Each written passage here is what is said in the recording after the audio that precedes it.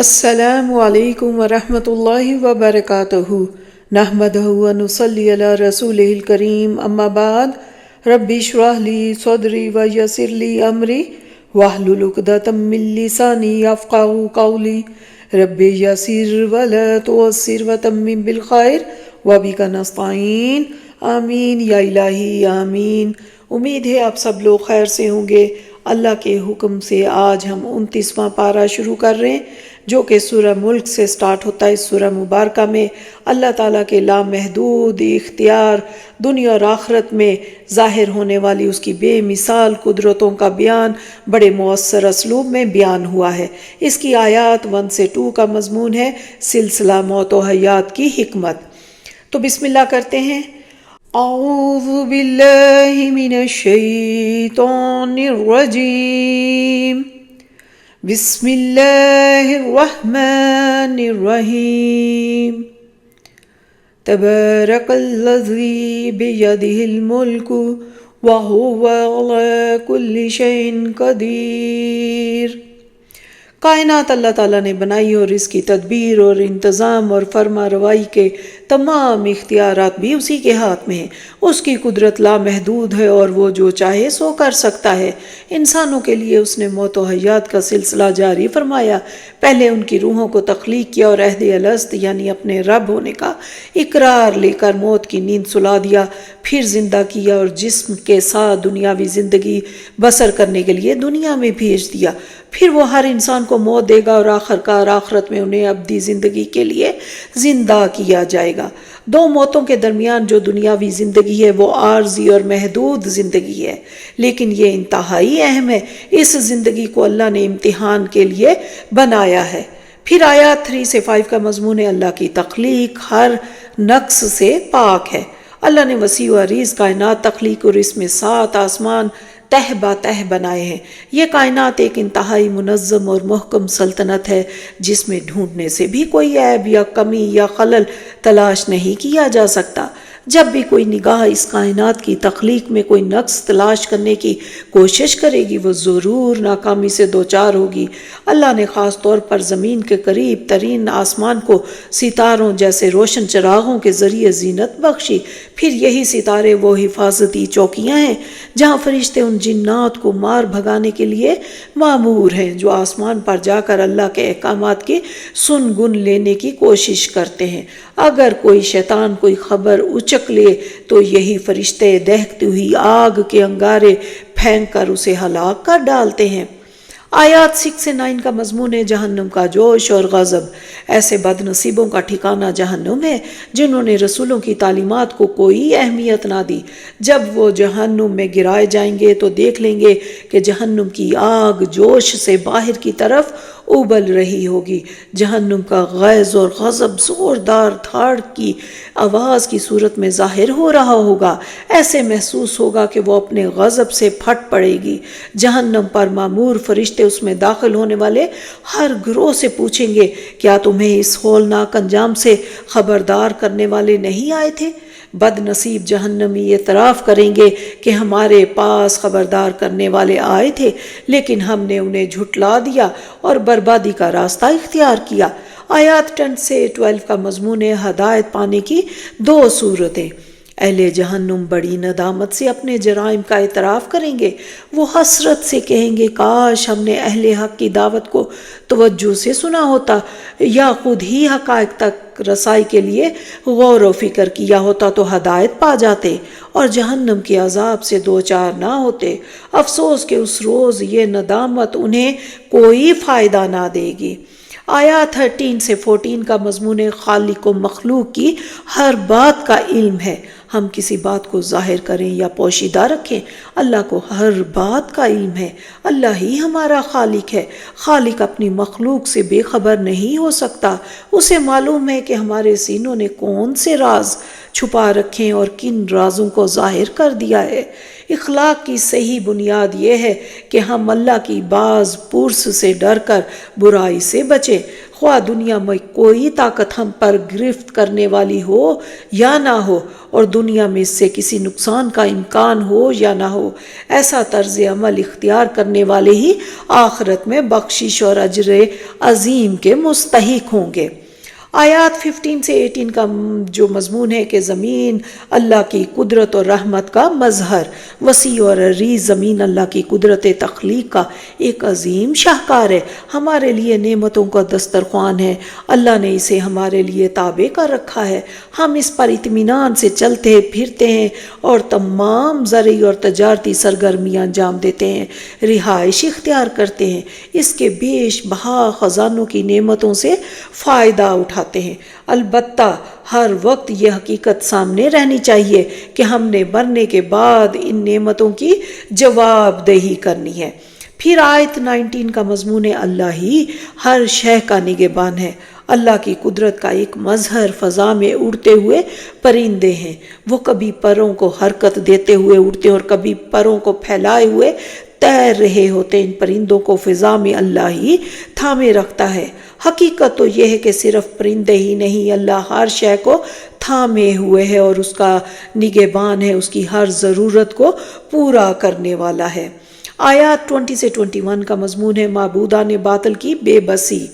شرک کرنے والوں کو غور کرنا چاہیے، اگر اللہ کی طرف سے عذاب نازل ہو تو کیا کوئی ایسا معبود جو ان کی مدد کر سکے یا انہیں عذاب سے بچا سکے؟ اگر اللہ رزق کی پیداوار روک دے تو ہے کوئی ہستی جو مخلوقات کے لیے رزق پیدا کر سکے؟ بلا شبہ اللہ کے سوا جن معبودوں کو پکارا جاتا ہے وہ سب کے سب لاچار اور بے بس ہیں۔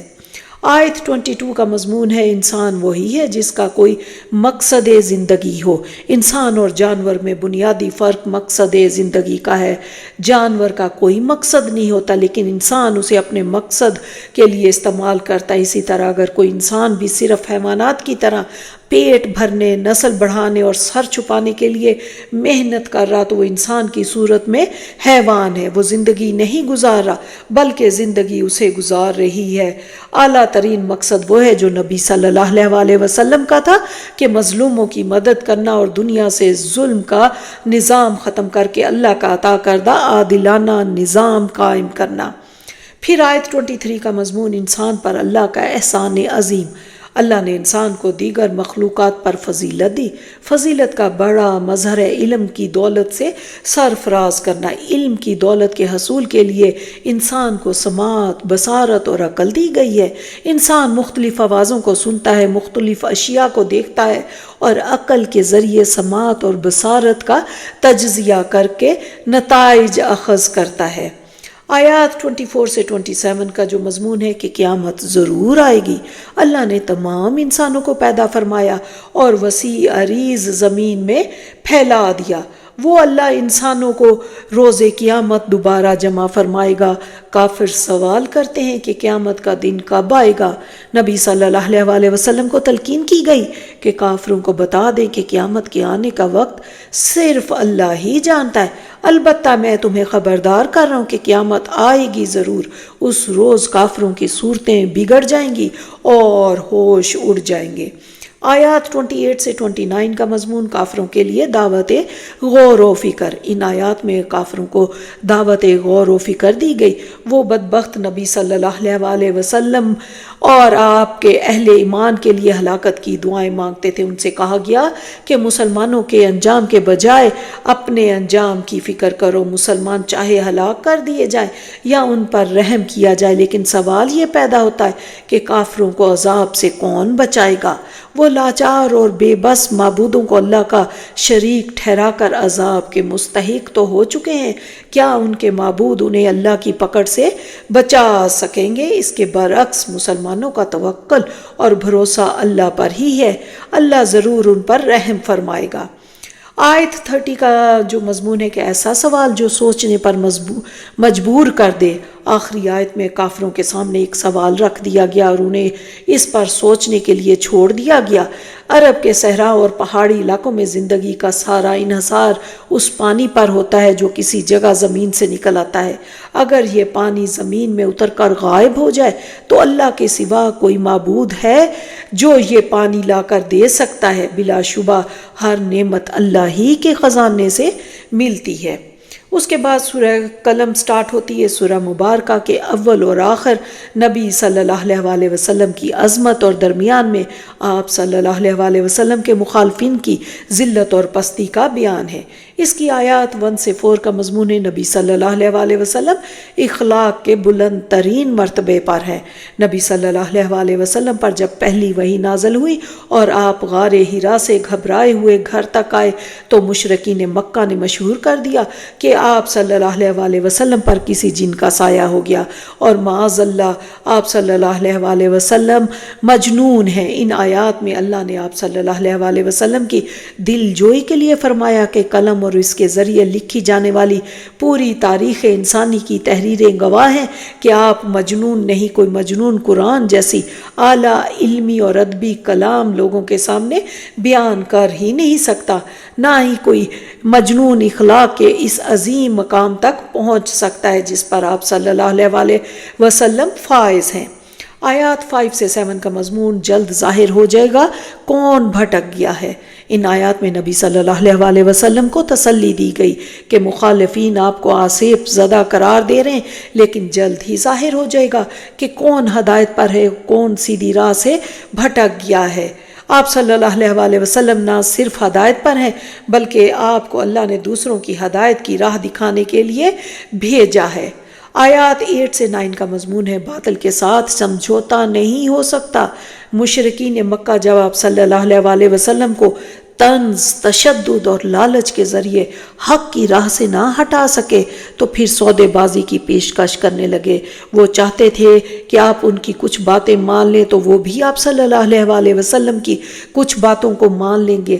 اللہ نے نبی پاک کو منع فرمایا کہ ہرگز اہل باطل کے ساتھ کوئی سمجھوتا نہ کریں، حق وہی ہوتا ہے جو خالص ہو۔ آیات 10 سے 16 کا جو مضمون ہے اہل باطل کا ایک خبیث کردار، یہ آیات اہل باطل میں سے ایک ایسے کردار کی مذمت کر رہی ہیں۔ یہ کردار ہے ولید بن مغیرہ کا جو نبی صلی اللہ علیہ وسلم پر باطل کے ساتھ سودے بازی کے لیے دباؤ ڈال رہا تھا۔ اللہ نے اس بدبخت کے کردار کو بے نقاب کرتے ہوئے آگاہ کیا کہ یہ شخص بہت زیادہ جھوٹی قسمیں کھانے والا، تانے دینے والا، لگائی بجھائی کرنے والا، خیر کے کاموں کا دشمن، حد سے گزرنے والا، گمراہی پر اڑنے والا بدترین مجرم ہے۔ اللہ نے اسے مال اور بیٹوں سے نوازا جن کی بنا پر اتراتا اور تکبر کرتا ہے۔ اللہ کی آیات سن کر انہیں پچھلوں کے قصے اور کہانیاں قرار دیتا ہے۔ آیات 17 سے 27 کا جو مضمون ہے کہ باغ والوں کی داستانیں بطور عبرت۔ ان آیات میں اللہ نے ایسے بھائیوں کی داستان بیان فرمائی جنہیں پھلا پھولا ایک باغ عطا کیا گیا۔ ایک سال جب باغ میں خوب پھل آیا تو انہوں نے فیصلہ کیا کہ وہ ضرور کل باغ کا پھل اتاریں گے۔ یہ فیصلہ کرتے ہوئے اللہ کو بالکل ہی فراموش کر دیا اور انشاءاللہ تک نہ کہا۔ باہم طے کیا کہ اتارے ہوئے پھل میں سے کسی غریب کو کچھ بھی نہیں دیں گے۔ گویا کہ بخل کا مظاہرہ کیا۔ پھل اتارنے کے لیے باغ کی طرف جانے کا ایسا انداز اختیار کیا جیسے وہ پھل اتارنے پر پوری قدرت رکھتے ہوں۔ اللہ نے انہیں مذکورہ بالا جرائم کی سزا دی اور راتوں رات ایک آفت کے ذریعے ان کے باغ کو اجاڑ دیا۔ صبح جب باغ کو دیکھا تو سر پیٹ لیا اور فریاد کرنے لگے کہ ہم تو لٹ گئے اور برباد ہو گئے۔ باغ والوں کی طرح اہل مکہ پر اللہ نے احسان کیا، نبی صلی اللہ علیہ وسلم جیسی عظیم ہستی ان میں بھیجی۔ پھر آیات 28 سے 33 کا مضمون ہے سبق سیکھنے کی دعوت۔ باغ والوں میں سے ایک بھائی نے دوسرے کو متوجہ کیا کہ کیا تم بھول گئے ہو کہ میں نے تمہیں بار بار اللہ کا ذکر کرتے رہنے کی دعوت دی تھی۔ یہ بات سن کر پہلے تو بھائیوں نے ایک دوسرے پر اللہ کے ذکر سے غافل کرنے کا الزام لگایا۔ آخر کار انہوں نے اعتراف کیا کہ ہم سب نہ صرف ظالم بلکہ حد سے بڑھنے والے تھے۔ ہم اللہ کی بارگاہ میں توبہ کرتے ہیں، اللہ کی رحمت سے امید ہے کہ وہ ہمیں زیادہ بہتر باغ عطا فرمائے گا۔ پھر آیات 34 سے 41 کا مضمون ہے کیا متقی اور مجرم برابر ہیں؟ ان آیات میں اللہ نے مشرکین مکہ کے دو من گھڑت اور باطل تصورات کی نفی کی ہے۔ ان کا تصور تھا کہ اللہ بڑا غفور و رحیم ہے اور وہ تمام انسانوں کو خواہ گناہ گار ہوں یا نیکوکار جنت میں داخل کرے گا۔ اللہ نے آگاہ فرمایا کہ نعمتوں والی جنت صرف متقیوں کے لیے ہے۔ سوال ہی پیدا نہیں ہوتا کہ متقی اور مجرم برابر ہو جائیں۔ مشرکین بتائیں کہ اللہ نے کس کتاب میں نازل کیا ہے کہ مجرمین کو بھی ان کی خواہشات کے مطابق جنت کی نعمتیں حاصل ہوں گی؟ اللہ نے ان سے کوئی ایسا وعدہ نہیں کیا۔ مشرکین دعویٰ کرتے تھے کہ اللہ کے ساتھ کچھ ہستیاں شریک ہیں۔ ان سے سوال کیا گیا کہ اپنے اس دعوے کے لیے کوئی سند پیش کریں کہ کب اللہ نے بتایا کہ کچھ ہستیاں میرے ساتھ شریک ہونے کا درجہ رکھتی ہیں۔ آیات 42 سے 43 کا مضمون ہے جان بوجھ کر نماز چھوڑنے والوں کی ذلت۔ روز قیامت اللہ کی خاص تجلی کا ظہور ہوگا۔ اس وقت تمام انسانوں کو اللہ کے سامنے سجدہ کرنے کی دعوت دی جائے گی۔ کچھ بد نصیب یہ سعادت حاصل کرنے سے محروم ہوں گے۔ شرم کے مارے ان کی نگاہیں جھکی ہوں گی، چہروں پر ذلت اور سیاہی چھا رہی ہوگی۔ ان کا جرم یہ تھا کہ انہیں دنیا میں جب نماز کی طرف بلایا جاتا تو وہ صحیح سالم ہونے کے باوجود نماز ادا نہیں کرتے۔ پھر آیات 44 سے 47 کا مضمون ہے کہ حق کو جھٹلانے والوں کا برا انجام ہوگا۔ نبی صلی اللہ علیہ وسلم کو حوصلہ دیا گیا کہ آج آپ کو مخالفین ذہنی اور جسمانی اذیت دے رہے ہیں، لیکن عن قریب ان کا برا انجام ہونے والا ہے۔ یہ اس طرح سے عذاب کے نرغے میں آئیں گے کہ انہیں شعور تک نہ ہوگا۔ انہیں مہلت دی جا رہی ہے لیکن یہ اللہ کی پکڑ سے بچ نہ سکیں گے۔ کیا آپ صلی اللہ علیہ وسلم ان سے کوئی حق خدمت مانگ رہے ہیں کہ جس کی وجہ سے یہ آپ سے دشمنی کر رہے ہیں؟ کیا ان کے پاس غیب کے حقائق کا علم ہے کہ جس کی بنیاد پر اپنے تصورات پیش کر رہے ہیں اور آپ صلی اللہ علیہ وسلم پر الزامات لگا رہے ہیں؟ آیات 48 سے 50 کا مضمون ہے نبی صلی اللہ علیہ وسلم کو صبر کی تلقین۔ ان آیات میں نبی پاک کو مخالفین کی ایذا رسانی پر صبر کی تلقین کی گئی کہ ان کے سامنے حضرت یونس کی مثال پیش کی گئی۔ حضرت یونس اپنی قوم کی سرکشی برداشت نہ کر سکے اور اللہ کا حکم آنے سے پہلے ہی قوم کو چھوڑ کر چلے گئے۔ اللہ نے انہیں ایک آزمائش سے گزارا۔ ایک مچھلی نے انہیں نگل لیا۔ اب انہوں نے مچھلی کے پیٹ میں اللہ کی تسبیح کی اور اپنی غلطی کا اعتراف کیا، اللہ سے مدد مانگی۔ اللہ نے انہیں مشکل سے نکالا اور صالحین میں بلند مقام سے نوازا۔ صبر کی کئی صورتیں ہیں۔ ایک صورت یہ بھی ہے کہ مخالفین کی ہٹ دھرمی اور ضد کو برداشت کیا جائے۔ آیات 51 سے 52 کا جو مضمون ہے کہ قرآن حکیم حقائق کی یاد دہانی ہے۔ مشرکین مکہ قرآن حکیم کے دشمن تھے۔ جب آپ صلی اللہ علیہ وسلم قرآن حکیم کی لوگوں کے سامنے تلاوت کرتے تو لوگوں تک قرآن کا پیغام پہنچنے میں رکاوٹ ڈالنے کی کوشش کرتے، شور و غل کرتے اور نبی صلی اللہ علیہ وسلم کو معاذ اللہ مجنون قرار دے کر آپ صلی اللہ علیہ وسلم کی تلاوت آیات کا اثر زائل کرنے کی کوشش کرتے۔ آپ صلی اللہ علیہ وسلم کی آنکھوں میں آنکھیں ڈال کر آپ کو متزلزل کرنے کی کوشش کرتے۔ انہیں آگاہ کیا گیا کہ قرآن حکیم دنیا اور آخرت کے حقائق کی یاد دہانی کرا رہا ہے۔ تمہاری خیر اسی میں ہے کہ اس یاد دہانی سے فائدہ اٹھا لو۔ اس کے بعد سورہ الحاقہ ہے۔ اس سورہ مبارکہ میں آخرت کے احوال اور اس حقیقت کو جھٹلانے والوں کا عبرتناک انجام بڑے مؤثر پیرائے میں بیان ہوا۔ اس کی آیات 1 سے 5 کا مضمون قوم سمود کی ہلاکت۔ ان آیات میں آگاہ کیا گیا کہ قیامت کا واقع ہونا ایک برحق حقیقت ہے۔ بدقسمت قوموں نے ماضی میں اس حقیقت کو جھٹلایا۔ ان قوموں میں عاد اور سمود کی قومیں بھی شامل تھی۔ قوم سمود کو اللہ نے زبردست زلزلے کے ذریعے ہلاک کیا۔ زلزلے کے وقت ایک آتش فشاں پھٹا جس کے دھماکے کی آواز اس قدر شدید تھی کہ وہی قوم سمود کے لیے ہلاکت خیز ثابت ہوئی۔ آیات 6 سے 8 کا مضمون ہے قوم عاد کا عبرتناک انجام۔ قوم عاد کی بربادی ایک تیز و تند ہوا کے ذریعے ہوئی۔ اللہ نے یہ ہوا ان پر 8 دنوں اور 7 راتوں تک چھوڑے رکھی۔ اس ہوا نے اس قوم کے ہر کافر کو اٹھا اٹھا کر پٹکا۔ ان کے قد کاٹ بہت اونچے تھے، لہٰذا ان کی لاشیں کھجور کے کھوکھلے تنوں کی مانند بکھری ہوئی نظر آ رہی تھی۔ بدقسمت قوم کا ایک بھی کافر فرد سلامت نہ رہا۔ آیات 9 سے 12 کا مضمون آل فرعون، قوم لوط اور قوم نوح پر عذاب۔ آل فرعون، قوم لوط، قوم نوح اللہ کے رسولوں کی نافرمانی اور سنگین جرائم کرنے والی قومیں تھیں۔ اللہ نے ان کی شدید پکڑ کی۔ آل فرعون کو سمندر میں غرق کیا، قوم لوط کی بستیاں الٹ دی اور قوم نوح کو ایک زبردست طوفان کے ذریعے ہلاک کیا۔ البتہ ہر قوم کے مومن گروہ کو عذاب سے محفوظ رکھا گیا۔ پھر آیات 13 سے 18 کا جو مضمون ہے کہ قیامت کا نقشہ۔ روز قیامت سور میں پھونک ماری جائے گی اور کائنات میں ہولناک تباہی آ جائے گی۔ زمین کو پہاڑوں سمیت اٹھا کر پٹکا جائے گا، پہاڑ ریزہ ریزہ ہو جائیں گے، زمین بالکل صاف چٹیل میدان بن جائے گی جس پر نہ کوئی ابھار ہوگا نہ ہی کوئی موڑ۔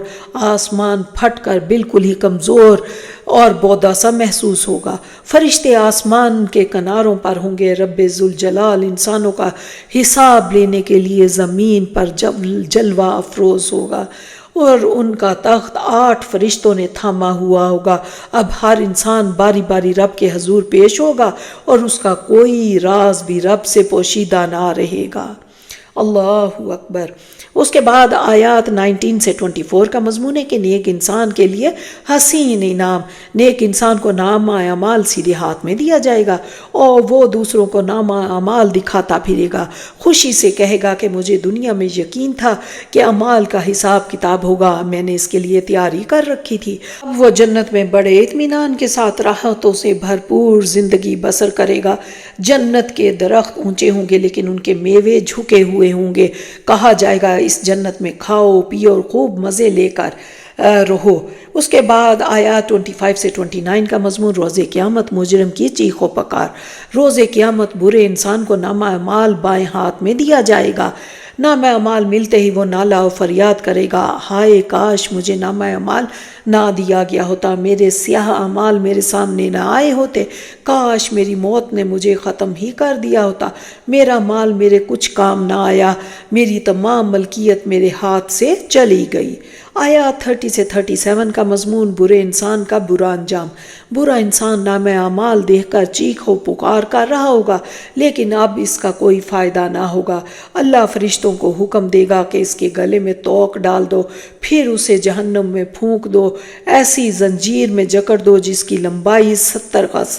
وہ اللہ کے غیظ و غضب سے نہیں ڈرتا، نہ ہی اسے مساکین کو دیکھ کر رحم آتا ہے۔ آیات 38 سے 43 کا مضمون عظمت قرآن۔ ان آیات میں عظمت قرآن کے بیان کے لیے کائنات کی ہر شے کی قسم کھائی گئی۔ نظر آنے والی اور نظر نہ آنے والی ہر شے قرآن کی عظمت کی گواہ ہے۔ بلا شبہ یہ قرآن حکیم کے لیے بہت بڑا اعزاز ہے۔ کائنات کی ہر شے کی قسم کھا کر کہا گیا کہ قرآن اللہ کے مقرب فرشتے حضرت جبرائیل کے ذریعے نبی صلی اللہ علیہ وسلم پر نازل کیا گیا۔ نہ قرآن کسی شاعر کی شاعری نہ ہی کسی عامل کا منتر ہے، یہ صرف اور صرف اللہ ہی کا کلام ہے۔ آیات 44 سے 47 کا مضمون ہے اگر قرآن اللہ کا کلام نہ ہوتا۔ یہ آیات بڑے جلالی اسلوب میں بیان کی جا رہی ہے کہ بالفرض حضرت محمد صلی اللہ علیہ وسلم خود سے کلام وضع کر کے اللہ کی طرف منسوب کرتے تو اللہ انہیں ہرگز ایسا نہ کرنے دیتا۔ اگر وہ محض چند باتیں ہی خود سے بنا کر انہیں اللہ کا کلام قرار دیتے تو اللہ ان کی سخت پکڑ فرماتا اور کوئی انہیں اللہ کی پکڑ سے بچا نہ سکتا تھا۔ آیات 48 سے 52 کا مضمون قرآن عظیم نصیحت اور یقینی حق ہے۔ قرآن حکیم متقیوں کے لیے دنیا اور آخرت کے حقائق کی یاد دہانی ہے۔ اس کی ناقدری کرنے والے دنیا اور آخرت میں ذلیل اور رسوا ہوں گے۔ قرآن کی دی ہوئی ہر خبر یقینی خبر ہے، بلا شبہ اس کا نازل کرنے والا رب اس لائق ہے کہ ہر وقت ہر گھڑی اس کے مبارک نام کی تسبیح کی جائے۔ اللہ ہمیں اس کی توفیق عطا فرمائے۔ اس کے بعد سورہ معارج سٹارٹ ہوتی. سورہ مبارکہ میں اچھے اور برے کردار کے اوصاف اور انجام سے آگاہ کیا گیا. اس کی آیات 1 سے 7 کا مضمون کافروں کے لیے نبی صلی اللہ علیہ وسلم کی بد دعا. نبی انسان ہوتے تھے، ان کے سینوں میں بھی دل ہوتے تھے، ان کے دل کافروں کی اظہار رسانی سے دکھتے تھے اور دکھے دلوں سے بد دعائیں نکلتی تھی. نبی صلی اللہ علیہ وسلم نے بھی کفار کی شرارتوں کے حد سے بڑھنے کے بعد ان کے حق میں بد دعا کی. اللہ ان آیات میں آپ صلی اللہ علیہ وسلم کو صبر کی تلقین فرما رہے، ساتھ ہی یقین دہانی کرا رہا ہے کہ ان کافروں پر ایسا عذاب آئے گا جسے ٹالا نہ جا سکے گا. یہ عذاب روز قیامت آئے گا جس کی طوالت کافروں کے لیے 50,000 برس کے برابر ہوگی. آیات 8 سے 14 کا مضمون ہے میرے پیاروں کو جہنم میں ڈال دو، مجھے چھوڑ دو. یہ آیات روز قیامت کا ہولناک نقشہ کھینچ رہی ہے. آسمان تباہ ہو کر پگھلے ہوئے تانبے کی صورت اختیار کر گیا، پہاڑ روئی کے گالوں کی طرح نرم ہو جائیں گے. اس روز قریبی دوست قریب ہونے کے باوجود ایک دوسرے کا حال نہ پوچھیں گے. مجرم اس روز چاہے گا خود کو جہنم کی آگ سے بچا لے، اپنے بیٹے، بیوی، بھائی، پورے خاندان بلکہ دیگر تمام انسانوں کو فدیہ میں دے کر. اندازہ کیا جا سکتا ہے آج ہم جن محبتوں کو ترجیح دے رہے ہیں کہ اللہ کے احکامات کو پس پشت ڈالتے ہیں کہ وہ کتنی عارضی ہے. دوسروں کی دنیا سنوارنے کے لیے اپنی آخرت برباد کرتے ہیں. آیات 15 سے 18 کا مضمون ہے مجرم جہنم سے بچ نہ سکے گا. روز قیامت کوئی فدیہ دینے کی کوشش کرے، مجرم کو جہنم سے بچا نہ سکے گا. جہنم کی دہتی ہوئی آگ اس کے کلیجے پر وار کرے گی. یہ آگ ہر ایسے بخیل کو انجام دینے کے لیے پکارے گی جس ناجائز ذرائع سے مال جمع کیا اور اسے سمیٹ کر رکھا. دنیا میں سرمایہ اور جائیدادیں بڑھتی رہی لیکن انسان کو ان سے کوئی فائدہ حاصل نہ ہوا. آیات 19 سے 21 کا جو مضمون ہے کہ اللہ کی نگاہ میں ناپسندیدہ کردار. اللہ ایسے انسان کو پسند نہیں کرتا جو نعمتیں ملنے پر شکر ادا نہ کرے اور تکلیف آنے پر صبر نہ کرے.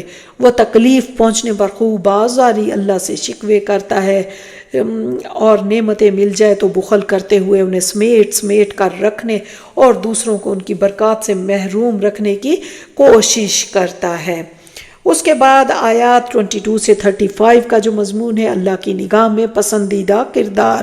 اللہ کو اپنے وہ بندے محبوب ہیں جو باقاعدگی سے 5 وقت نماز ادا کرتے ہیں، اپنی کمائی کا ایک حصہ مستحقین کی مدد کے لیے خرچ کرتے ہیں، اپنے طرز عمل سے عملی ثبوت پیش کرتے ہیں کہ انہیں اللہ کے ہاں جواب دہی کا احساس ہے. اس احساس سے وہ لرزاں اور ترساں رہتے ہیں، جنسی اعتبار سے ایک پاکیزہ زندگی بسر کرتے ہیں، اپنی امانتوں کی پاسداری کرتے ہیں، اپنے وعدوں کو پورا کرتے ہیں، گواہی کو نہیں چھپاتے، اپنی نمازوں کی حفاظت کرتے ہیں یعنی انہیں پورے آداب اور پابندی وقت کے ساتھ مساجد میں با جماعت ادا کرتے ہیں. بشارت دی گئی ایسا کردار رکھنے والوں کی جنت میں خوب عزت افزائی کی جائے گی. آیات 36 سے 39 کا مضمون ہے کہ نبی صلی اللہ علیہ وسلم کے دشمن جنت میں جائیں گے. جب نبی صلی اللہ علیہ وسلم حرم میں نماز ادا فرماتے تو آپ کے دشمن ہر طرف سے دوڑتے ہوئے آپ کے گرد جمع ہو جاتے اور آپ صلی اللہ علیہ وسلم کو نماز پڑھنے سے روکتے. اللہ کے حبیب کو ستانے جیسا سنگین جرم کرنے کے باوجود دعویٰ کرتا ہے کہ ہمارے معبود ہماری شفاعت کریں گے اور ہم اس کے ذریعے نعمتوں والی جنت میں داخل ہو جائیں گے. اللہ نے ان آیات میں مجرموں کے اس دعوے کو سختی سے رد فرما دیا. یہ جانتے نہیں انہیں کیسی ناپاک شے سے پیدا کیا گیا. اس ناپاک شے سے بنی مخلوق ہرگز اس لائق نہیں کہ نعمتوں والی جنت میں جائے. جنت میں صرف وہی انسان جائے گا جس نے ایمان اور اعمال صالح کے ذریعے خود کو پاک کر لیا ہو. آیات 40 سے 44 کا مضمون ہے نبی صلی اللہ علیہ وسلم کے دشمن ذلیل اور رسوا ہوں گے. نبی صلی اللہ علیہ وسلم کی دل جوئی کرتے ہوئے تلقین کی گئی کہ آپ اپنے دشمنوں کی شرارتوں سے غمگین نہ ہو، انہیں تمسخر کرنے دیں. وہ اللہ جو زمین کے ہر حصے پر سورج طلوع اور غروب کر کے دن اور رات بدلتا ہے، جس نے انہیں پہلی بار ایک ناپاک شے سے بنایا، وہ انہیں روز قیامت دوبارہ پیدا کرے گا. اس روز یہ قبروں سے سے نکل کر میدان حشر کی طرف تیزی سے دوڑیں گے جیسے کسی ہدف کا تعاقب کر رہے ہوں۔ اس روز شرم کے مارے ان کی نگاہیں جھکی ہوئی ہوں گی اور ذلت ان پر چھائی ہوئی ہوگی۔ یہی وہ دن ہے جس روز انہیں جرائم کی سزا دینے کا وعدہ کیا گیا ہے۔ اس کے بعد سورہ نوح سٹارٹ ہوتی ہے۔ سورہ مبارکہ میں حضرت نوح کی رب کی بارگاہ میں فریاد کا ذکر ہے۔ انہوں نے قوم کے سامنے پیش کی گئی دعوت، مخالفین کا رد عمل اور ان کی سازشوں کا ذکر اپنے رب کو سنایا۔ آیات 1 سے 4 میں حضرت نوح کی اجمالی دعوت۔ اللہ نے حضرت نوح کو ان کی قوم کی طرف رسول بنا کر بھیجا۔ آپ نے قوم کے سامنے اپنی رسالت کا اعلان کیا اور انہیں دعوت دی کہ صرف اللہ کی بندگی کرو، اس کا تقوی اختیار کرو، اس کے لیے میری اطاعت کرو، اللہ تمہارے گناہ معاف کر دے گا اور تمہیں ایک معینہ مدت تک دنیا کی نعمتوں سے فائدہ اٹھانے کا موقع دے گا۔ ہاں، جب تمہاری مدت ختم ہونے کا وقت آ گیا تو پھر اسے کوئی ٹال نہ سکے گا۔ آیات 5 سے 7 کا مضمون ہے مخالفین کا رد عمل۔ حضرت نوح نے دن اور رات میں بار بار قوم کے سامنے اللہ کا پیغام پیش کیا۔ قوم نے بڑی حقارت سے آپ کی دعوت کو جھٹلا دیا۔ آپ نئے نئے اسلوب اور مثالوں سے انہیں سمجھاتے، لیکن ان کی سرکشی اور حق سے دوری بڑھتی چلی گئی۔ آپ ان کے لیے بھلائی اور بخشش کے خواہش مند تھے، لیکن وہ آپ کو اپنا دشمن سمجھتے تھے۔ آپ دعوت دیتے اور وہ کانوں میں انگلیاں ٹھونس لیتے اور اپنی چادروں سے منہ کو ڈھانپتے اور تکبر سے اٹھ کر چل پڑتے۔ آیات 8 سے 13 میں ہے کہ استغفار کی برکتیں۔ حضرت نوح قوم کو بار بار اللہ کی بارگاہ میں توبہ اور استغفار کرنے کی تلقین کرتے رہے۔ انہوں نے قوم کو بشارت دی کہ استغفار کرنے کا انعام یہ ملے گا کہ اللہ گناہ معاف فرما دے گا، رحمتوں والی بارش برسائے گا، مالی اعتبار سے خوشحالی عطا فرمائے گا، اولاد کی نعمت سے نوازے گا، باغات اور پھلوں کی فراوانی کر دے گا، بہتی ہوئی نہریں جاری فرما دے گا۔ یہ نعمتیں تو حاصل ہوں گی استغفار کرنے سے۔ اس کے برعکس اگر اپنے گناہوں پر اڑے رہے تو اللہ کی طرف سے سخت پکڑ کر اندیشہ ہے۔ خیر اسی میں کہ اللہ کے جلال اور غضب کے اظہار سے ڈرا جائے اور استغفار کر کے اس کی رحمت اور عنایات کے حصول کی کوشش کی جائے۔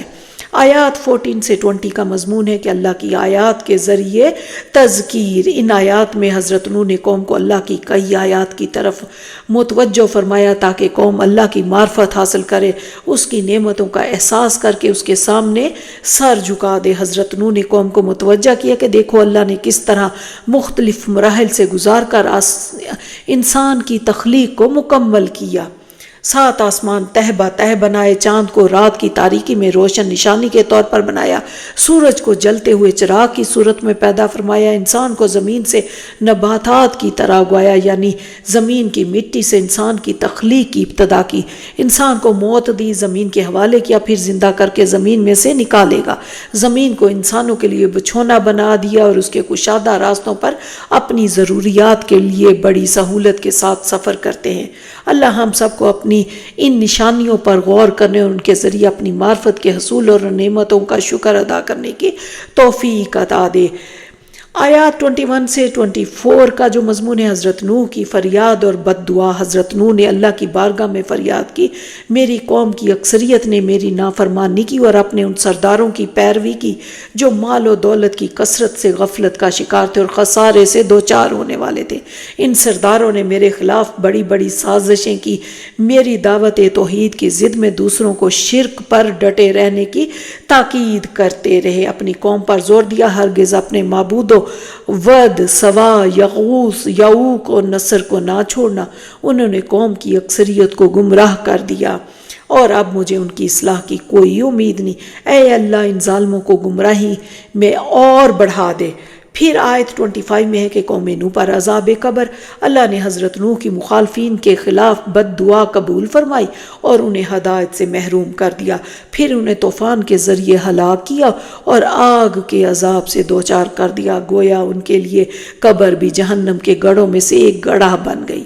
آیات 26 سے 28 میں ہے دکھی دل کی صدا۔ حضرت نوح نے دکھے دل سے صدا دی کہ اے اللہ زمین پر کافروں کا بستا ہوا ایک گھر بھی باقی نہ رہنے دے، یہ بدبخت نہ صرف دوسروں کو گمراہ کر رہے بلکہ ان کی آئندہ نسلوں سے بھی کسی خیر کی توقع نہیں۔ اللہ بخش فرما بخشش فرما دے میری، میرے ماں باپ کی اور تمام اہل ایمان مردوں اور عورتوں کی، البتہ کافروں کے لیے اضافہ نہ فرما مگر زیادہ سے زیادہ تباہی، بربادی اور رسوائی کا۔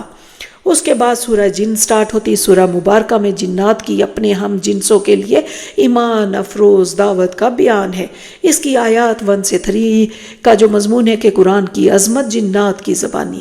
جنات کی ایک جماعت نے نبی صلی اللہ علیہ وسلم کی زبانی قرآن کریم کا بیان سنا، فوراً ہی ایمان لے اور جا کر اپنی قوم کو بھی ایمان لانے کی دعوت دی۔ انہوں نے کہا کہ ہم نے دل کو متاثر کرنے والا قرآن سنا ہے، یہ قرآن کامیابی کی راہ یعنی توحید کے عقیدے کی طرف رہنمائی کر رہا ہے، ہم نے یہ راہ اختیار کر لی ہے۔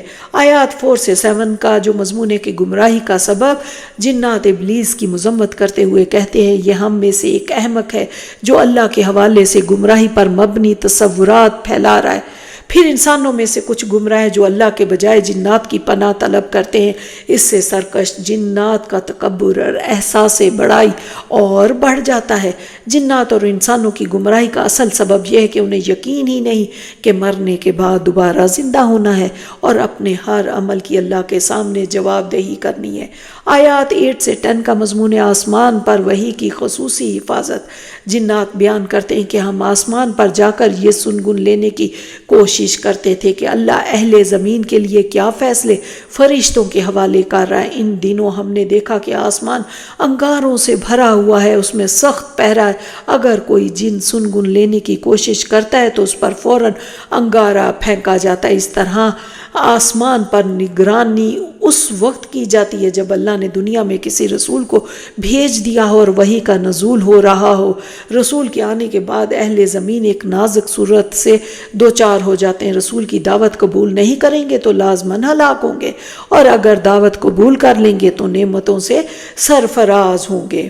آیات 11 سے 13 کا جو مضمون ایمان لانے ہی میں خیر ہے۔ جنات بیان کرتے ہیں کہ ہم میں سے صالحین بھی ہیں اور نافرمان بھی، البتہ نافرمانوں کو سمجھ لینا چاہیے کہ زمین یا آسمان میں کہیں بھی پہنچ جائے اللہ کی پکڑ سے بچ نہیں سکتے۔ ہم سب کی خیر اسی میں ہے کہ ہم اللہ کی نازل کردہ ہدایت پر ایمان لے آئے اور اس کے فرما بردار بن جائیں۔ آیات 14 سے 17 کا مضمون ہے کہ اچھے اور برے کردار کا انجام۔ جنات آگاہ کریں کہ قرآن کے نزول کے بعد ہمارے لیے 2 کردار ہو سکتے ہیں۔ اگر ہم نے قرآن کی تعلیمات کے سامنے سر جھکا دیا تو کامیابی کی راہ چن لی، اللہ دنیا میں رحمتیں عطا کرے گا، آخرت میں بھی انعامات سے نوازے گا۔ اس کے برعکس اگر ہم نے قرآن کی تعلیمات سے پہلو تہی کی تو ہم جہنم کا ایندھن بن جائیں گے اور ہمارے لیے عذاب میں مسلسل اضافہ ہوتا چلا جائے گا۔ آیات 18 سے 19 کا جو مضمون ہے مساجد میں اللہ کے ساتھ کسی اور کو نہ پکارو۔ مساجد اللہ کے گھر اور توحید کے مراکز ہیں، ان میں صرف اللہ ہی کی عبادت جاری اور ساری رہنی چاہیے، صرف اللہ ہی کو پکارا جانا چاہیے۔ یہ مساجد کی بڑی بے حرمتی ہے کہ وہاں شرک کیا جائے اور اللہ کے ساتھ کسی اور کو پکارا جائے۔ مشرکین مکہ اسی بے حرمتی کے مرتکب ہو رہے تھے۔ وہ مسجد حرام میں اپنے خود ساختہ معبودوں کو پکارتے تھے۔ جب نبی صلی اللہ علیہ وسلم وہاں کر اللہ کی عبادت کرتے تو مشرکین آپ پر دست درازی کرتے۔ آیات 20 سے 25 کا مضمون نبی صلی اللہ علیہ وسلم کا اظہار عاجزی۔ جب مشرکین مکہ نبی صلی اللہ علیہ وسلم پر اکٹھے ہو جاتے تو آپ انہیں صاف صاف بتا دیتے کہ میں تمہارے دباؤ میں نہیں آؤں گا، اپنے رب کو پکارتا رہوں گا، اس کے ساتھ کسی کو شریک نہ کروں گا۔ میں ذاتی طور پر تمہارے مقابلے کی قوت نہیں رکھتا، نہ تمہیں نقصان پہنچا سکتا ہوں، نہ ہی تمہیں ہدایت دے سکتا ہوں۔ میرا کل بھروسہ صرف اور صرف اللہ پر ہے۔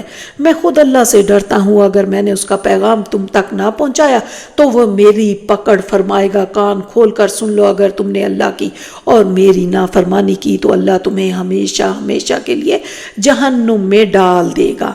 آیات 26 سے 28 کا مضمون رسولوں کو غیب کا کچھ علم دیا جاتا ہے۔ اللہ ہی کل علم غیب رکھتا ہے، یہ علم وہ کسی پر ظاہر نہیں فرماتا، البتہ اپنے رسولوں کو اس میں سے کچھ علم دیتا تاکہ وہ پورے یقین کے ساتھ لوگوں کو غیبی حقائق پر ایمان لانے کی دعوت دے۔ اللہ جب رسولوں تک غیب کا علم فرشتوں کے ذریعے بھیجتا ہے تو اس کی حفاظت کے لیے خصوصی اہتمام کرتا ہے تاکہ جنات اس میں سے کچھ اچک نہ لے۔ بلا شبہ اللہ ہر شے کا نگران اور نگہبان ہے۔ پھر سورہ مزمل سٹارٹ ہوتی، سورہ مبارکہ میں وہ ہدایات دی گئی جو انسان کے نفس کے تزکیہ اور قلب کے لیے مفید ہے۔ آیات 1 سے 5 کا جو مضمون ہے قیام اللیل کا حکم، یہ آیات نزول وحی کے ابتدائی زمانے میں نازل ہوئی۔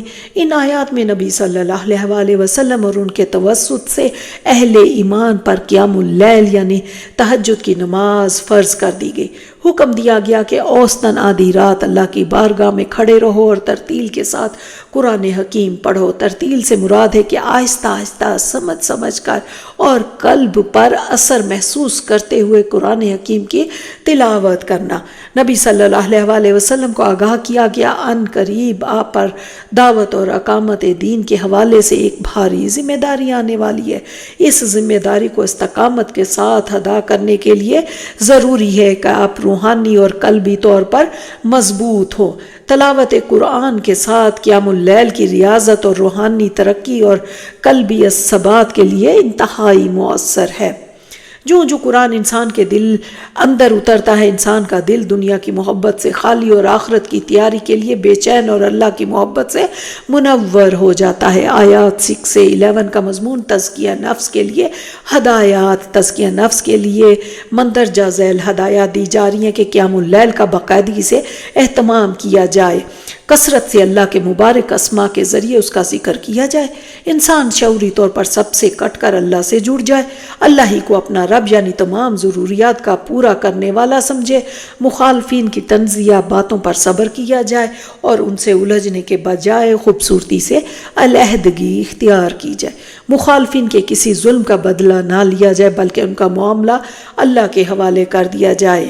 اس کے بعد آیات 12 سے 19 کا جو مضمون ہے مخالفین حق کے لیے وعید۔ مشرکین مکہ نے مکی دور میں صحابہ کرام پر ظلم و ستم کے پہاڑ توڑ دیے۔ اللہ ان آیات میں ان ظالموں کو خبردار کر رہا ہے کہ تمہیں اس ظلم کی بھرپور سزا ملے گی، تمہارے لیے وہ جہنم تیار ہے جس میں تمہیں جکڑنے کے لیے بیڑیاں، تمہاری غذا کے لیے حلق میں اٹکنے والا کانٹی دار جھاڑ جھنکار اور دہکتی ہوئی آگ ہے۔ تم سے پہلے آل فرعون نے حضرت موسیٰ کی قوم کے ساتھ اسی طرح کا ظلم و ستم کیا تھا۔ دیکھو کہ اللہ نے کس طرح انہیں شدید عذاب سے دوچار کیا، حالانکہ وہ تم سے کہیں زیادہ طاقتور تھے۔ جب وہ نہیں بچ سکے تو تم کیسے اس دن کی ہلاکت سے بچ جاؤ گے۔ آیت 20 کا مضمون ہے کہ قیام اللیل کے حکم میں تخفیف۔ 5 وقت نماز کے فرض ہونے سے قبل قیام اللیل یعنی تہجد کی نماز فرض تھی۔ 5 وقت نماز کے احکامات آنے کے بعد تہجد کی نماز کو صرف نبی صلی اللہ علیہ وسلم کے لیے فرض کے طور پر برقرار رکھا گیا اور امت کے لیے اس کی فرضیت ختم کر دی گئی۔ اس آیت میں اللہ نے تحسین فرمائی کہ نبی صلی اللہ علیہ وسلم اور صحابہ کرام 2/3 رات یا آدھی رات یا 1/3 رات اللہ کی بارگاہ میں کھڑے ہو کر قرآن حکیم کی ترتیل کے ساتھ تلاوت کرتے ہیں۔ اللہ جانتا ہے کہ امت کے لیے اس حکم پر مسلسل عمل تکلیف دہ ہے، لہٰذا اب امت کو سہولت دی جاتی ہے کہ ہر فرد آسانی سے جس قدر قیام اللیل کر سکتا ہے کر لے، البتہ 5 وقت نماز ادا کرے، زکوٰۃ دے، خاص طور پر تزکیہ نفس کے لیے اللہ کی راہ میں مال خرچ کرے اور استغفار کرتا رہے۔ اس کے بعد سورہ مدثر سٹارٹ ہوتی ہے۔ اس سورہ مبارکہ میں ایمان بالآخرت کی اہمیت مختلف سلوب سے واضح کی گئی ہے۔ آیات 1 سے 3 کا مضمون ہے نبی صلی اللہ علیہ وسلم کا مشن۔ اللہ کی بڑائی کا نفاذ۔ ان آیات میں نبی صلی اللہ علیہ وسلم پر ایک بھاری ذمہ داری ڈالنے کا بیان ہے۔ اللہ نے آپ کو حکم دیا کہ لوگوں کو آخرت کی جواب دہی کے حوالے سے خبردار کیجیے۔ آپ صلی اللہ علیہ وسلم کی یہ تبلیغ اس وقت تک جاری رہے گی جب تک زمین پر اللہ کی بڑائی تسلیم کرنے والا نظام قائم نہ ہو جائے۔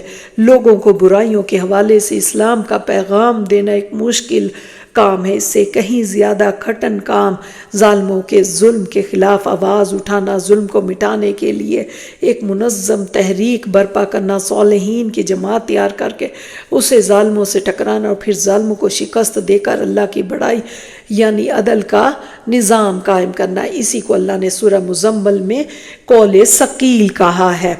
پھر آیات 4 سے 7 شروع ہوتی ہے جس کا مضمون غلبہ دین کی جد و جہد کرنے والوں کے لیے ہدایات نبی صلی اللہ علیہ وآلہ وسلم کو اللہ کی بڑائی قائم کرنے کا نہایت اعلیٰ مشن دیا گیا۔ آپ کے توسط سے یہی مشن آپ صلی اللہ علیہ وآلہ وسلم کی امت کو بھی دیا گیا۔ اب اس اونچے مشن کے لیے کام کرنے والوں کو چند ہدایات دی جا رہی ہیں تاکہ وہ استقامت سے اس مشن کے لیے محنت کر سکیں۔ اللہ کی مدد بھی انہیں حاصل ہوتی ہے۔ لباس اور جسم کی طہارت کا خصوصی اہتمام کیا جائے۔ اللہ طہارت کرنے والوں سے محبت رکھتا ہے۔ ہر قسم کی ظاہری اور معنوی نجاست سے دوری اختیار کی جائے۔ نیکی صرف اللہ کی رضا کے لیے کی جائے۔ اپنے رب کے حصول کے لیے صبر کیا جائے۔ بلا شبہ نیکی کرنا، برائی سے بچنا، حق کی سربلندی کرنے کے لیے استقامت سے جد و جہد کرنا بغیر صبر کے ممکن ہی نہیں۔ آیات 8 سے 10 کا مضمون ہے کہ جب سور میں پھونک ماری جائے گی تو قیامت برپا ہو جائے گی۔ تمام انسان زندہ ہو کر زمین سے نکل کھڑے ہوں گے اور تیزی سے میدان حشر کی طرف بھاگیں گے۔ کافروں کے لیے دن انتہائی بھاری ہوگا، بڑی حسرت کے ساتھ افسوس کرتے ہوئے کہیں گے یہ تو بدلے کا دن ہے جس کو ہم نے جھٹلا دیا تھا۔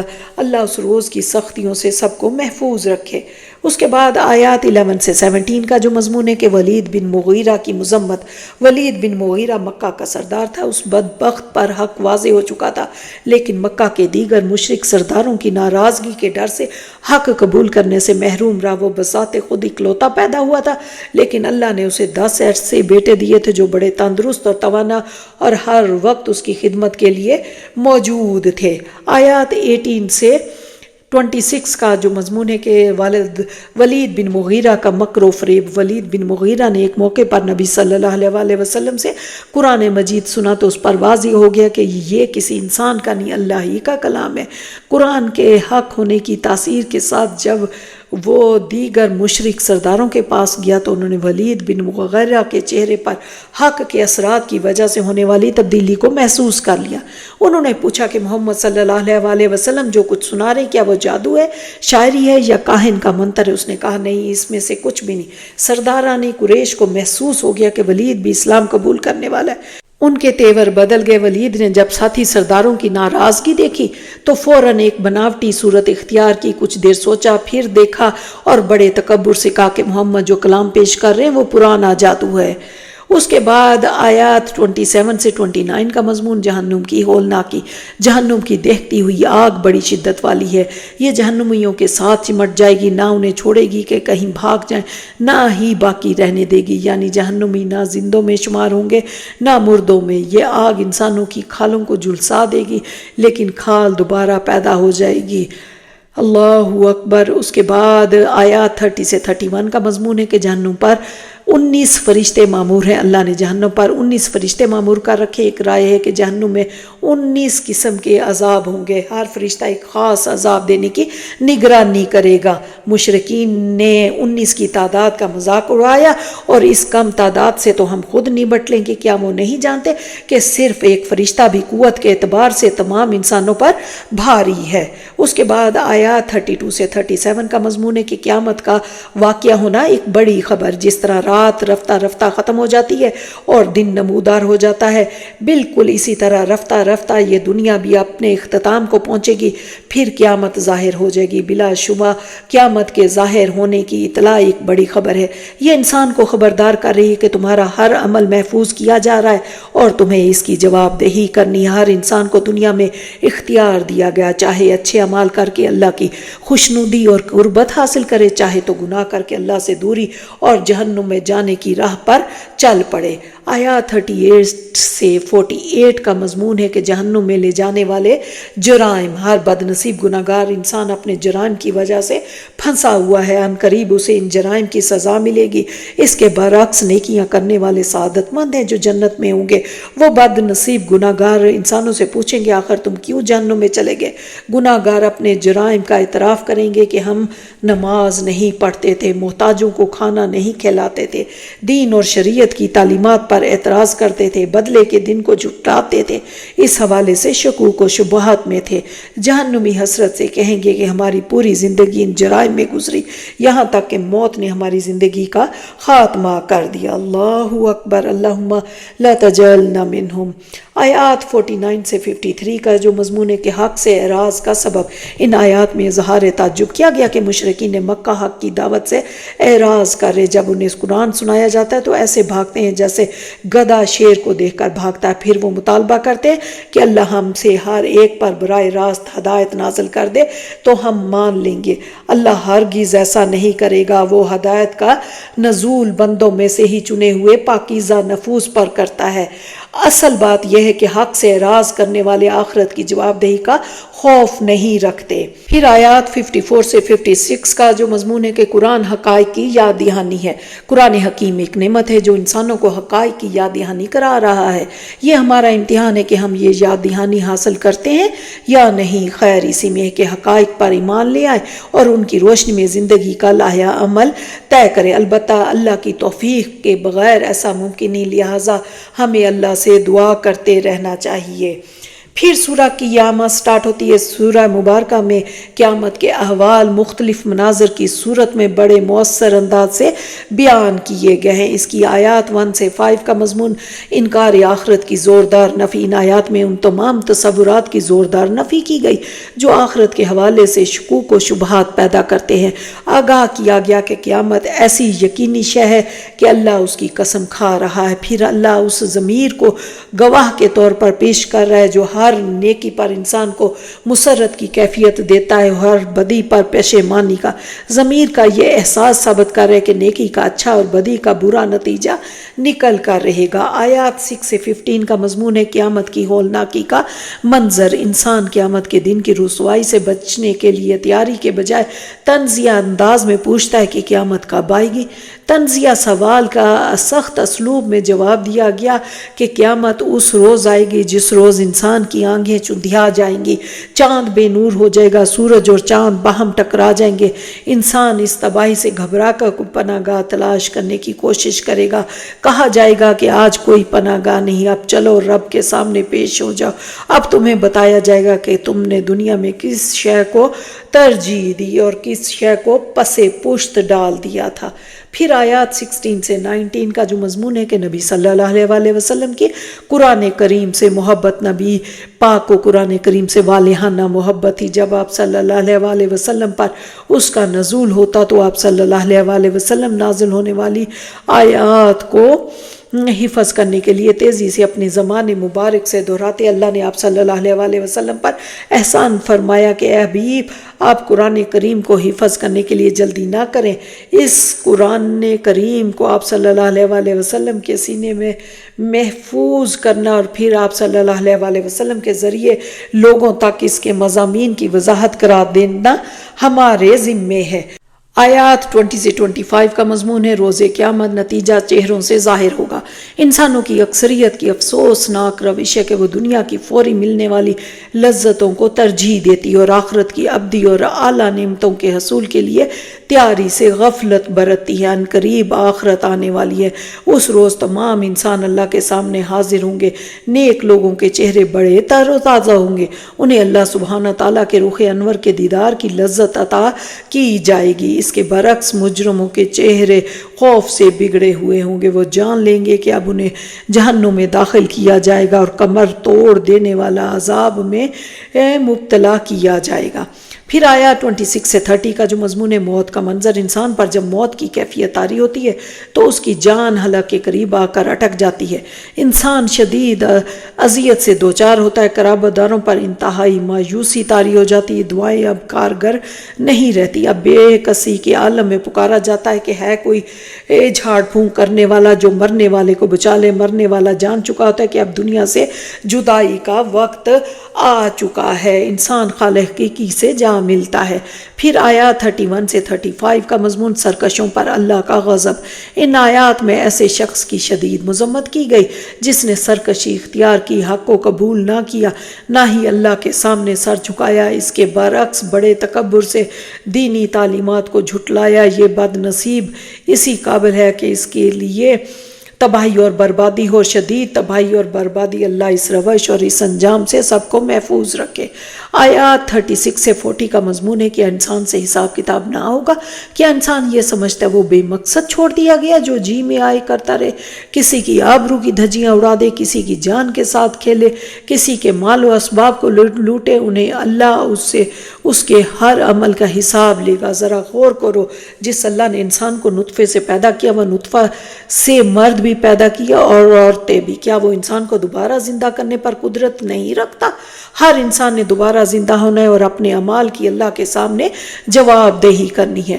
اس کے بعد سورہ الدہر سٹارٹ ہوتی ہے جس کا دوسرا نام سورہ الانسان ہے۔ یہ سورہ مبارکہ آگاہ کر رہی ہے کہ اللہ نے انسان کو با اختیار مخلوق بنایا ہے۔ اس کی آیات 1 سے 3 کا مضمون ہے خالق نے انسان کو ہدایت دی اور اختیار بھی۔ یہ آیات انسان کو یاد دہانی کرا رہی کہ ایک وقت وہ نطفہ کی صورت میں تھا، ایسی شے جس کا ذکر زبان پر لانا پسند نہیں کیا جاتا۔ اللہ نے اسے مکمل انسان کی صورت دی، پھر اسے نیکی اور بدی کی تمیز دی کہ وہ نیکی کی راہ اختیار کر کے اللہ کا شکر گزار بندہ بن جائے یا بدی کی راہ پر چل کر اپنے خالق کے احسانات کی ناشکری کرتا پھرے۔ آیت 4 کا مضمون ناشکروں کا برا انجام۔ اس آیت میں خبردار کر دیا گیا کہ جو شخص ناشکری کرتے ہوئے اللہ کے دیے ہوئے اختیار کو اللہ کی نافرمانیوں کے لیے استعمال کرے گا، اس کا برا انجام ہوگا۔ روز قیامت اسے زنجیروں میں جکڑ کر اس کے گلے میں توق ڈال کر اسے دہکتی ہوئی آگ میں ڈال دیا جائے گا۔ پھر آیات 5 سے 10 کا جو مضمون ہے کہ شکر گزاری کی راہ اور حسین انجام۔ شکر گزاری کی روش اختیار کرتے ہوئے جو لوگ نیکی کی راہ پر چلیں گے انہیں اللہ جنت میں ایک ایسے چشمے کا مشروب پلائے گا جس میں کافور کی آمیزش ہوگا۔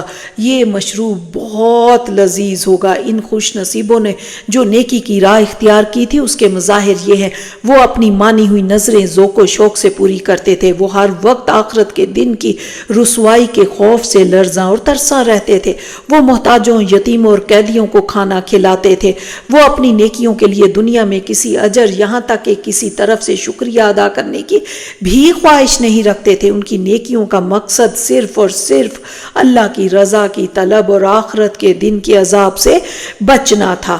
آیات 11 سے 22 کا مضمون ہے کہ شکر گزاری کی روش کے انعامات۔ ان آیات میں جنت کی حسب ذیل نعمتوں کا ذکر ہے جو شکر گزاری کی روش اختیار کرنے والوں کو عطا کی جائیں گی۔ وہ ہمیشہ سرور دینے والی تازگی اور سکون سے لطف اندوز ہوں گے۔ وہ ٹیک لگا کر تختوں پر ایک ایسی فضا میں بیٹھے ہوں گے جس میں نہ سردی ہوگی نہ گرمی بلکہ درمیانہ موسم ہوگا۔ ان کے لیے ایسے درختوں کے سائے ہوں گے جو بہت اونچے ہیں لیکن ان کے پھل لٹک رہے ہوں گے۔ انہیں چاندی کے برتنوں میں لذیذ کھانے اور شیشے کے پیالوں میں مشروبات پیش کیے جائیں گے۔ شیشہ بھی ایسا ہوگا چاندی کو تیار کر کے بنایا گیا ہوگا۔ انہیں سلسبیل نامی چشمے کا مشروب پلایا جائے گا جس میں سونٹ کی آمیزش ہوگی۔ ان کی خدمت کے لیے موتیوں کی طرح خوبصورت لڑکے ہوں گے جو ہمیشہ لڑکے ہی رہیں گے، یعنی کہ ان کی عمر میں اضافہ نہ ہوگا۔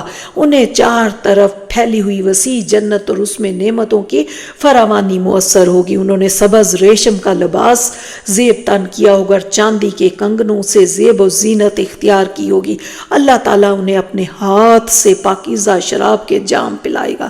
اللہ اکبر۔ اللہ تعالیٰ اپنی رضا کا اظہار کرتے ہوئے فرمائے گا کہ یہ تمام نعمتیں تمہاری شکر گزاری کی روش کے انعام کے طور پر عطا کی جا رہی ہیں۔ آیات 23 سے 26 کا مضمون صبر اور ذکر کی تلقین۔ یہ آیات ایسے پس منظر میں نازل ہوئی جب مشرکین کی مخالفت عروج پر تھی۔ وہ نبی صلی اللہ علیہ وسلم کو راہ حق سے ہٹانے کے لیے شدید دباؤ ڈال رہے تھے۔ ایسے میں فرمایا، اے نبی، ہم نے آپ کے حوصلے اور قلب کو ثبات دینے کے لیے قرآن آہستہ آہستہ نازل کیا تاکہ کسی سوال کا فوری جواب، کسی اعتراض کا بر وقت ازالہ، کسی تکلیف پر دل جوئی اور حق کی خاطر قربانی اور احسار پر تحسین نازل کر دی جائے۔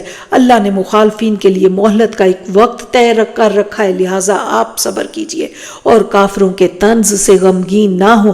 صبح اور شام رات کے طویل حصے میں اللہ کا ذکر کیجئے، یہ ذکر آپ کے لیے تسکین اور راحت کا ذریعہ بنے گا۔ بلا شبہ مخالفانہ فضا میں قرآن کی تلاوت، صبر کی ریاضت اور ذکر کی کثرت مومنوں کے لیے بہت بڑا سہارا ہے۔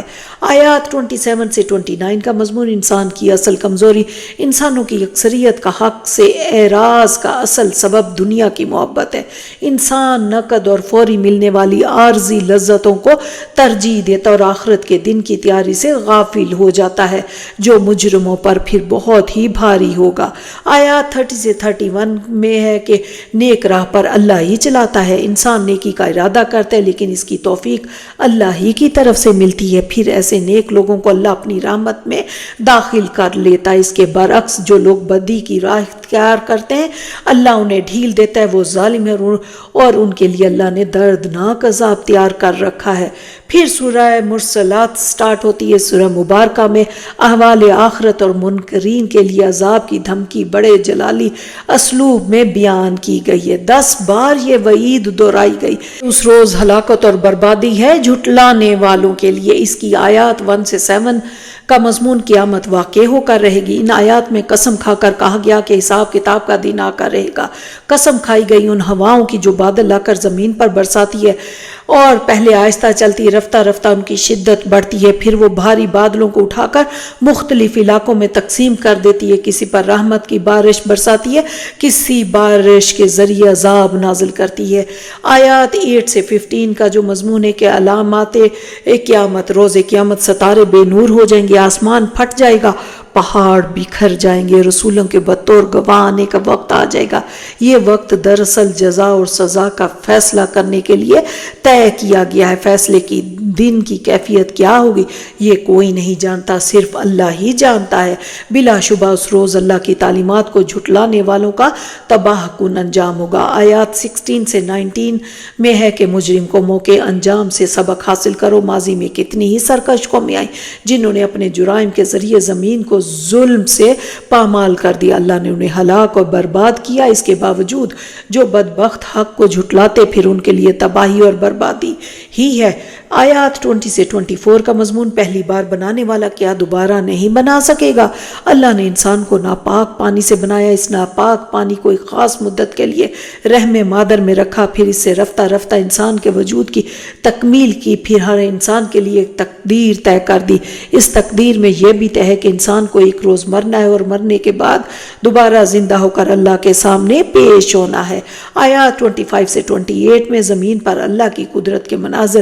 اللہ نے کیسی وسیع و عریض زمین بنائی جس نے اربوں انسانوں کو خواہ زندہ ہوں یا مردہ اپنے اندر سمیٹا ہوا ہے۔ اسی زمین میں اللہ نے بڑے بڑے پہاڑ میخوں کی طرح گاڑ دیے ہیں۔ زمین میں کروڑوں گیلن میٹھے پانی کے چشمے ہیں جن سے زمین پر بسنے والے تمام انسان اور دیگر مخلوقات اپنی پیاس بجھاتی اور دیگر ضروریات پوری کرتی ہیں۔ پھر آیات 29 سے 34 میں ہے کہ جھٹلانے والوں کے لیے جہنم کا عذاب۔ روز قیامت جہنم سے ایک سایہ نکلے گا جو 3 اطراف سے بٹ کر مجرموں کو گھیر لے گا۔ سائے کا ایک حصہ ان کے سر پر ہوگا، دوسرا دائیں طرف، تیسرا بائیں طرف۔ یہ سایہ انتہائی ہولناک ہوگا، اس میں نہ ٹھنڈک ہوگی نہ ہی گرمی سے بچاؤ کی کوئی خاصیت۔ یہ سایہ انہیں گھیر کر جہنم میں لے جائے گا۔ جہنم کی آگ جوش مار رہی ہوگی، اس سے نکلنے والے انگارے محل کی طرح بڑے ہوں گے اور اونٹ کی طرح زرد۔ پھر آیات 35 سے 40 کا مضمون روز قیامت، جھٹلانے والوں کی بے بسی۔ اللہ کی تعلیمات کو جھٹلانے والے روز قیامت کچھ بھی نہ بول سکیں گے، انہیں اس کی بھی اجازت نہ دی جائے گی کہ وہ کوئی معاذرت کر سکیں۔ آیات 41 سے 44 کا مضمون متقین کا حسین انجام۔ اللہ سے ڈرنے اور اس کی نافرمانی سے بچنے والے جنت کی ٹھنڈی چھاؤں اور لذیذ مشروبات کے چشموں سے لطف اندوز ہوں گے۔ پھر آیات 45 سے 50 کا مضمون ہے مجرموں کا برا انجام۔ مجرم جانوروں کی طرح دنیا میں جو کھانا ہے کھا لیں اور جو پینا ہے پی لیں، ان قریب انہیں ہمیشہ ہمیشہ کی تباہی سے دوچار ہونا ہے۔ یہ اس قدر ڈھیٹ ہیں کہ آخرت کے تمام حقائق سننے کے باوجود اللہ کے احکامات کے سامنے سر جھکانے کے لیے تیار نہیں ہے۔ یہاں پر 29واں پارہ مکمل ہوتا ہے۔ اب ہم اس میں سے غور و فکر و عمل کے کچھ پوائنٹس دیکھ لیتے۔ سب سے پہلے سورہ ملک آتی، اس میں قیامت، نماز، طعام مسکین، قیام اللیل کے بارے میں غور و فکر اور عمل کے پوائنٹ آتے ہیں۔ اس سورہ میں ہے کہ اللہ تعالیٰ نے زندگی اور موت کا سلسلہ جاری کیا تاکہ وہ امتحان لے کہ کون احسن عمل کرتا ہے اور جنت میں جانے کے قابل ہے۔ اب امتحان کس بات کا کہ ان میں سے اچھے عمل کرنے والا کون ہے؟ اللہ تعالیٰ نے پوری کائنات بنائی اور اس میں بہترین چیز جنت بنائی، پھر اس جنت کے لیے انسان کو پیدا کیا، لیکن اس سے پہلے اس کا امتحان لینے کے لیے دنیا بنائی تاکہ یہاں دیکھا جا سکے کہ کون اس جنت میں جانے کے قابل ہے اور کون نہیں۔ اب جنت میں داخلے کے لیے شرط ہے احسن عمل کی، تو احسن عمل سے کیا مراد ہے؟ تو یاد رکھیں احسن عمل وہ ہوتا ہے جو شریعت کے مطابق ہو اور جو سنت کے مطابق ہو۔ اگر ان دونوں شرائط میں سے کوئی ایک شرط نہ ہوئی تو عمل برباد اور ضائع ہو جائے گا۔ پھر ہے کہ کیا وہ شخص جو اپنے منہ کے بل گھسٹ رہا ہے زیادہ ہدایت پر ہے یا وہ جو سیدھا ہو کر چل رہا ہے ایک سیدھے راستے پر۔ پھر سورہ قلم ہے کہ والقلم وما یسطرون، کے قسم ہے قلم کی اور جو کچھ یہ لکھتے ہیں۔ قلم کی اہمیت اس بات سے پتہ چلتی کہ اللہ تعالیٰ نے اس کی قسم کھائی۔ قلم کے ذریعے اللہ نے لکھنا سکھایا، انسان کو علم دیا۔ بعض کے نزدیک یہ وہ خاص قلم ہے کہ جس کے ذریعے اللہ نے تقدیر کو لکھنے کا حکم دیا۔ قلم 4 چیزوں میں سے ایک ہے جس کو اللہ نے اپنے ہاتھ سے پیدا کیا۔ ایک حدیث میں ہے کہ اللہ تعالیٰ نے 4 چیزوں کو اپنے ہاتھ سے پیدا فرمایا: عرش، قلم، جنت عدن اور آدم۔ اس کے بعد ساری مخلوقات کو کن کہا تو وہ وجود میں آ گئی۔